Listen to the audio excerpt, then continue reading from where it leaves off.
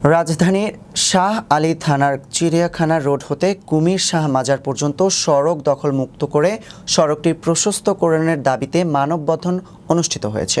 শুক্রবার দুপুরে Kamal housing, green city ও কুমির শাহ মাজার এলাকার ভুক্তভোগী সাধারণ জনগণ ব্যানার ফেস্টুন নিয়ে মানববন্ধন ও বিক্ষোভ মিছিলে অংশগ্রহণ করেন। এই এলাকায় প্রায় 10,000 লোকজন বসবাস করেন। দীর্ঘদিন যাবৎ এলাকার সাধারণ লোকের দাবি 20,000 ফিট রাস্তা বিসিআইসি থেকে দখল মুক্ত করে সিটি কর্পোরেশনের আওতায় এনে সম্পূর্ণ রাস্তাটি 70 ফিট প্রশস্ত করার দাবি জানান। ভুক্তভোগীরা আরও বলেন, রাস্তার দুই পাশে অবৈধ দোকানপাট ও রিক্সা, ভ্যান রাখায় ছোট বড় যানবাহন চলাচলে বিঘ্ন সৃষ্টি করে। সকল সমস্যার উত্তরণের জন্য সংশ্লিষ্ট কর্তৃপক্ষ ও সিটি কর্পোরেশনের দায়িত্বপ্রাপ্ত কর্মকর্তাদের কাছে বিষয়টি তদন্ত করার জোর দাবি জানান। আমরা চাই এই রাস্তাটা সিটি কর্পোরেশন আওতাধীনে নেওয়া হোক এবং এই দোকানপাট উচ্ছেদ করে রাস্তাটা নকশা মাফিক যতটুকু প্রশস্ত আছে সেই প্রশস্তকরণ করা হোক, এই আমাদের দাবি।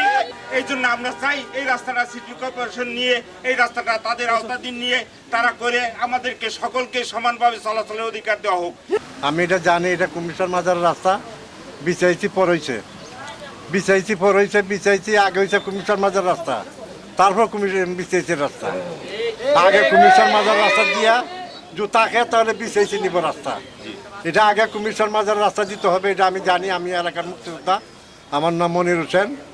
আমরা আজকের থেকে 80 বছর ধরে আমি জানতাছি কেন এটা কুমির মাজার রাস্তা বিছাইছি, তো পরে সেই দিন এসে এটা তো আগে কুমির মাজার রাস্তা ছিল, এখনও থাকবে।